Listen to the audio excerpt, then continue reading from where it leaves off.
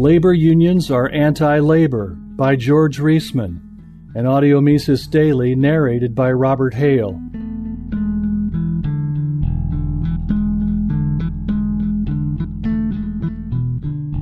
Many Americans, perhaps a substantial majority, still believe that irrespective of any problems they may have caused, labor unions are fundamentally an institution that exists in the vital self-interest of wage earners. Indeed, many believe that it is labor unions that stand between the average wage earner and a life of subsistence wages, exhausting hours of work, and horrific working conditions. Labor unions and the general public almost totally ignore the essential role played by falling prices in achieving rising real wages. They see only the rise in money wages as worthy of consideration. Indeed, in our environment of chronic inflation, prices that actually do fall are relatively rare. Nevertheless, the only thing that can explain a rise in real wages throughout the economic system is a fall in prices relative to wages. And the only thing that achieves this is an increase in production per worker. More production per worker, a higher productivity of labor, serves to increase the supply of goods and services produced, relative to the supply of labor that produces them. In this way, it reduces prices relative to wages, and thereby raises real wages and the general standard of living. What raises money wages throughout the economic system is not what is responsible for the rise in real wages. Increases in money wages are essentially the result just of the increase in the quantity of money and resulting increase in the overall volume of spending in the economic system. In the absence of a rising productivity of labor, the increase in money and spending would operate to raise prices by as much or more than it raised wages. This outcome is prevented only by the fact that at the same time that the quantity of money and volume of spending are increasing, the output per worker is also increasing, with the result that prices rise by less than wages.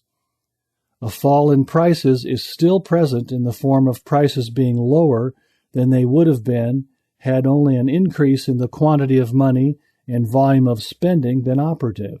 With relatively minor exceptions, real wages throughout the economic system do not rise from the side of higher money wages. Essentially, they rise only from the side of greater supply of goods and services relative to the supply of labor, and thus from prices being lower relative to wages. The truth is that the means by which the standard of living of the individual wage earner and the individual businessman and capitalist is increased, and the means by which that of the average wage earner in the economic system is increased, are very different. For the individual, it is the earning of more money. For the average wage earner in the economic system, it is the payment of lower prices.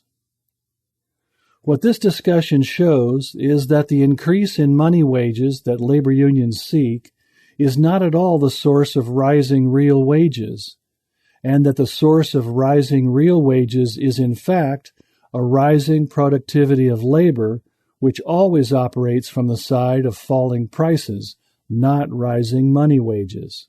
Indeed, the efforts of labor unions to raise money wages are profoundly opposed to the goal of raising real wages and the standard of living.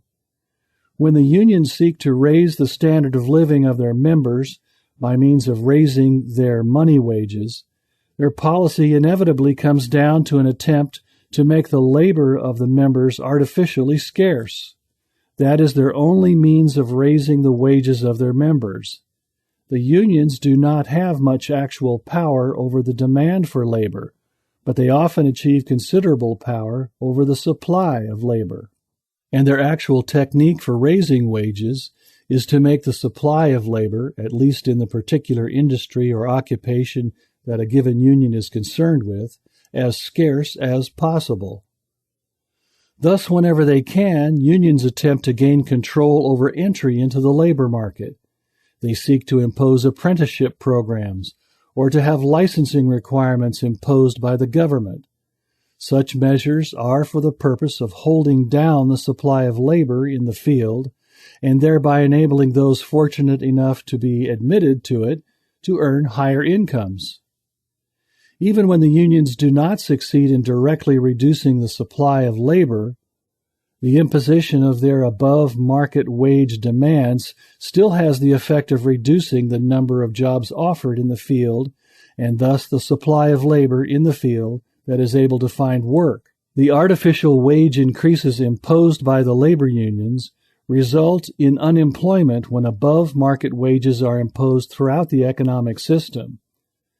This situation exists when it is possible for unions to be formed easily. If, as in the present-day United States, all that is required is for a majority of workers in an establishment to decide that they wish to be represented by a union, then the wages imposed by the unions will be effective even in the non-union fields. Employers in the non-union fields will feel compelled to offer their workers wages comparable to what the union workers are receiving, indeed, possibly even still higher wages, in order to ensure that they do not unionize. Widespread wage increases, closing large numbers of workers out of numerous occupations, put extreme pressure on the wage rates of whatever areas of the economic system may still remain open. These limited areas could absorb the overflow of workers from other lines at low enough wage rates, but minimum wage laws prevent wage rates in these remaining lines from going low enough to absorb these workers. From the perspective of most of those lucky enough to keep their jobs, the most serious consequence of the unions is the holding down or outright reduction of the productivity of labor. With few exceptions, the labor unions openly combat the rise of productivity of labor. They do so virtually as a matter of principle. They oppose the introduction of labor-saving machinery on the grounds that it causes unemployment. They oppose competition among workers. As Henry Hazlitt pointed out, they force employers to tolerate feather-bedding practices, such as the classic requirement that firemen, whose function was to shovel coal on steam locomotives, be retained on diesel locomotives.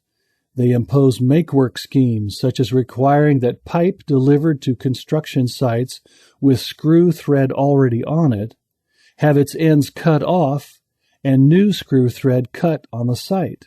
They impose narrow work classifications and require that specialists be employed at a day's pay to perform work that others could easily do.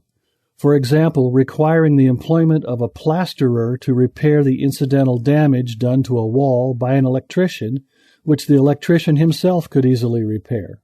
To anyone who understands the role of productivity of labor in raising real wages, it should be obvious that the union's policy of combating the rise of productivity of labor renders them, in fact, a leading enemy of the rise in real wages.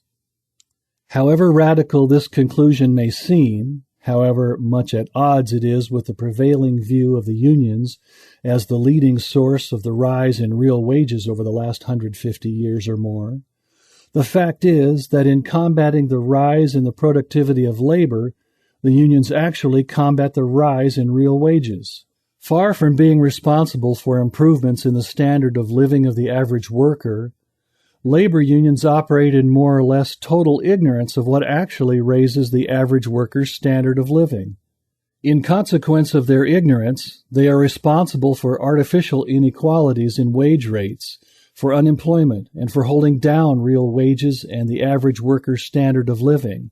All of these destructive antisocial consequences derived from the fact that while individuals increase the money they earn through increasing production and the overall supply of goods and services, thereby reducing prices and raising real wages throughout the economic system, labor unions increase the money paid to their members by exactly the opposite means. They reduce the supply and productivity of labor, and so reduce the supply and raise the prices of the goods and services their members help to produce, thereby reducing real wages throughout the economic system. The Mises Institute hopes you have enjoyed this audio Mises Daily. For a world of free market literature, media, and discussion, visit Mises.org.